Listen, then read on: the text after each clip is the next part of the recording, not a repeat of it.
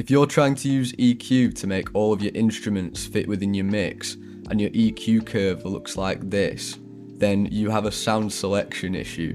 I think especially for new producers, this is one of the main mistakes that people make, and it's one that I made for ages, which is you look at all these individual sounds in isolation and you think, oh, this sounds cool, I'm going to add this, I'm going to add this. And then you're trying to fit all these jigsaw pieces together and it just never quite works. And it's because you have too many elements occupying the same frequency range, so then you have to do crazy EQ curves to try and make it all fit.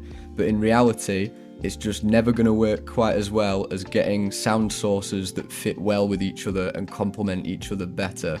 And that is why sound selection is so important. Many great producers say that the best songs essentially mix themselves, meaning all the different elements complement each other, and it therefore makes it easy to carve out space in the mix for each one. But it can be difficult for new producers to identify which sounds are going to work together, so a good rule of thumb is to open up an EQ and then, without changing anything, just look at what frequency range that instrument occupies. Then do the same with all your other tracks and compare. If you have a lot of sound sources that have a fundamental frequency in the same place, or a frequency range which occupies the same part of the frequency spectrum, then no matter how much EQ you apply to it or how much you try and fix it, it's never going to sound good.